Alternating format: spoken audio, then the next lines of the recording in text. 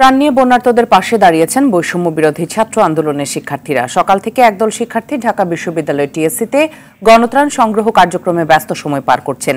শিক্ষার্থীরা টাকাসহ বিভিন্ন জনের দেয়া ত্রাণ সামগ্রী নথিভুক্ত করছেন। সমাজের বিভিন্ন পর্যায় থেকে মানুষ নগদ টাকা, শিশু খাদ্য, চিরা, বিস্কুট, স্যালাইন, মুড়ি সহ শুকনা খাবারের মাধ্যমে বন্যার্তদের সেবায় সহযোগিতার হাত বাড়িয়ে দিয়েছেন। সন্ধ্যায় এসব ফেনী, নোয়াখালী সহ বন্যা কবলিত স্থানে পৌঁছে দেওয়া হবে। এদিকে কোনো আলোচনা ছাড়াই বাঁধ খুলে দেয়ায় ভারতের সমালোচনাও করেন শিক্ষার্থীরা।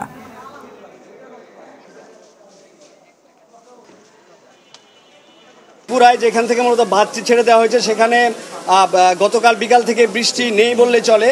ফেনী এবং কুমিল্লায় কম বৃষ্টি হচ্ছে, আজকে কি হচ্ছে এখন জানি না, কারণ ঢাকায় প্রচুর বৃষ্টি হচ্ছে।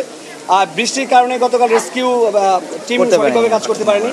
দেশে বিদেশে সকল ধরনের বাঙালি যারা বাংলাদেশে যারা রয়েছেন তারা ঐক্যবদ্ধভাবে সাপোর্ট করেন। আমরা আপনাদের সাপোর্ট পেলেই আমরা এই দুর্যোগটাকে কাটিয়ে উঠতে পারবো। দর্শক, ঢাকা বিশ্ববিদ্যালয় টিএসসি প্রাঙ্গণে রয়েছেন সহকর্মী সুফিয়ান ফারাবি, সরাসরি যোগ দিচ্ছেন তিনি। ফারাবি, কি পরিমাণ ত্রাণ সংগ্রহ হয়েছে আর কখন নাগাদ এসব ত্রাণ সামগ্রী নিয়ে রওনা হবেন শিক্ষার্থীরা?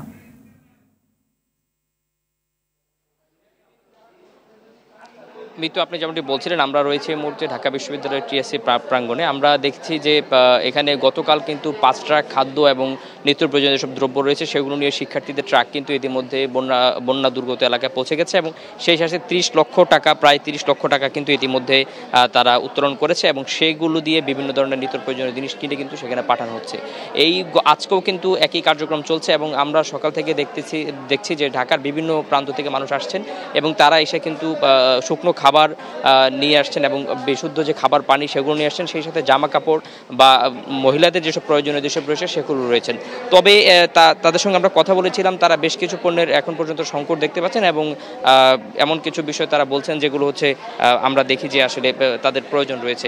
আমরা একটু কথা বলতে চাই, এখানে একজন সমন্বয়ক রয়েছেন, তার সঙ্গে আসলে আপনারা কি কি পণ্যগুলো পাচ্ছেন এবং আসলে কোন কোন বিষয়গুলো আরও আপনাদের বেশি প্রয়োজন? থ্যাংক ইউ আপনাকে। আসলে আমি সমন্বয়ক না, আমি হচ্ছে এক্স স্টুডেন্ট। তো আজকে শুক্রবার দেখে আমার অফ ডে, আমি আসছি ভলেন্টিয়ার হিসেবে, আমার ছোটো ভাইদের সাথে কাজ করতেছি সকাল থেকেই। তো আপনারা দেখতেছেন যে এখানে আমরা প্রচুর পরিমাণ পানি, জামা কাপড়, মুড়ি, চিড়া এগুলাই বেশি আসতেছে, শুকনো খাবারগুলো আসতেছে। কিন্তু আমি স্পেসিফিক্যালি যে জিনিসগুলোর কথা বলবো যে শিশু খাদ্যগুলো যেমন দুধ, তারপর হচ্ছে মেডিসিনগুলোর এখন খুবই জরুরি। স্যালাইন পর্যাপ্ত পরিমাণ আসতেছে, কিন্তু স্যালাইন এবং ওষুধ পর্যাপ্ত পরিমাণ আসতেছে না। আমি বলবো এগুলো একটু বেশি করে দেওয়ার জন্য। কিন্তু পানি, মুড়ি, চিড়ি আপনারা দেখতে পাচ্ছেন আমার পিছনে, আমি মুড়ি সেকশনটা দেখতেছি।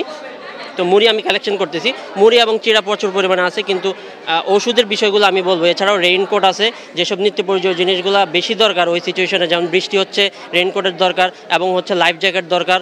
এই জিনিসগুলো আমি মনে হয় বেশি ফোকাস করলে ভালো হয়। যারা এখনও ত্রাণ দিবেন, যারা এখনও দিতে চাচ্ছেন, আমি আশা করব যে তারা যেন ইভেন ফিটকারি, এই জিনিসগুলো, এইটা হচ্ছে মোস্ট ইম্পর্টেন্ট, যে হচ্ছে পানি শোধনের জন্য ফিটকারি দরকার। সেই ধন্যবাদ আপনাকে। জি, থ্যাংক ইউ। আমরা রয়েছে এই মুহূর্তে ঢাকা বিশ্ববিদ্যালয়ে। আমরা কিন্তু কথা বলছিলাম এখানে যারা হচ্ছে ভলান্টিয়ার রয়েছেন তাদের সঙ্গে এবং তারা কিন্তু যে কথাটা বলছেন যে শিশু খাদ্যের ব্যাপক আসলে সংকট এখন পর্যন্ত তারা দেখতে পাচ্ছেন। মিতু, এই ছিল আমার কাছে ঢাকা বিশ্ববিদ্যালয় টিএসসি থেকে সর্বশেষ তথ্য। ধন্যবাদ আপনাকে।